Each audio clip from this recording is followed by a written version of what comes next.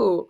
We just wanted to remind you that throughout this pandemic, Wafa House has remained open and continued to provide support when most agencies have shut their door, providing aid such as food, diapers, housing mediation, legal services, and bilingual self care, all at no cost to the community. We are the only agency in the tri state area that provides culturally sensitive staff, who offer multitude of services to the Middle Eastern, Muslim, Arabic, and Turkish community. In a time where many undocumented community members are being turned away from support, Wafa House has welcomed them with open arms. Open arms. Please join us for our 30 days of virtual events, streaming live via our social media platform, and donate now. And I will send you guys the link. And to kick off DV Awareness Month, today we have therapist, writer, activist, CEO of Bright Doll Face, and hype coach Tejal Parekh. And speaking about exiting toxic relationships, welcome, welcome. We are so excited to have you join us today. They paired the hype host with hype coach today. So it's definitely going to be an entertaining event. So please Yes. comment below welcoming our amazing speaker. Woo woo!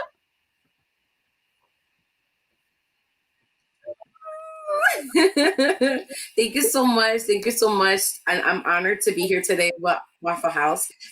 Thank you.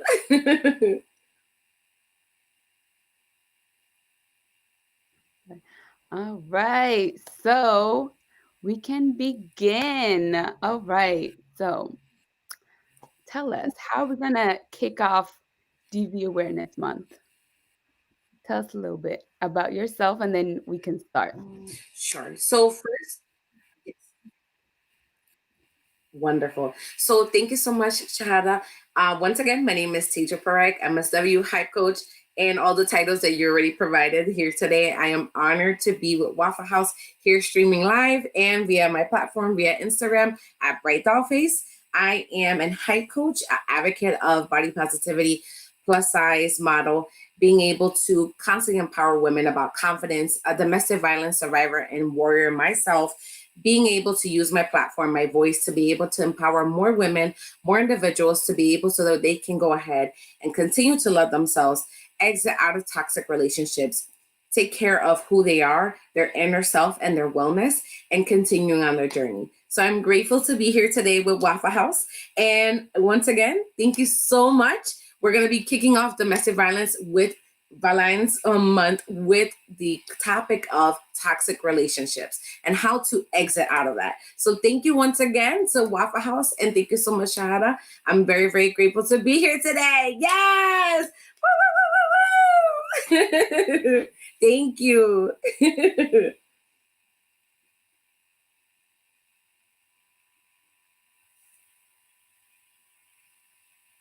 I'm on mute. Sorry. You So can go for it, Shahada. yeah, yeah. So my first question to you is, what are toxic relationships? Sure. So that's an amazing question. So, toxic relationships.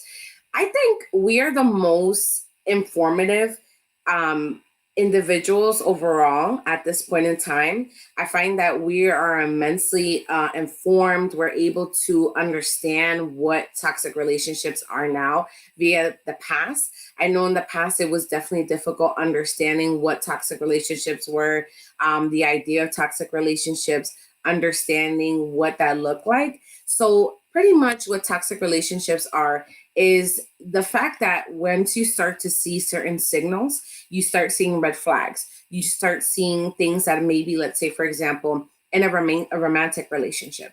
Let's say you start to see someone trying to control you, manipulation. So these are big things, especially as domestic violence warriors, victims, survivors. These are things that can occur in a toxic relationship.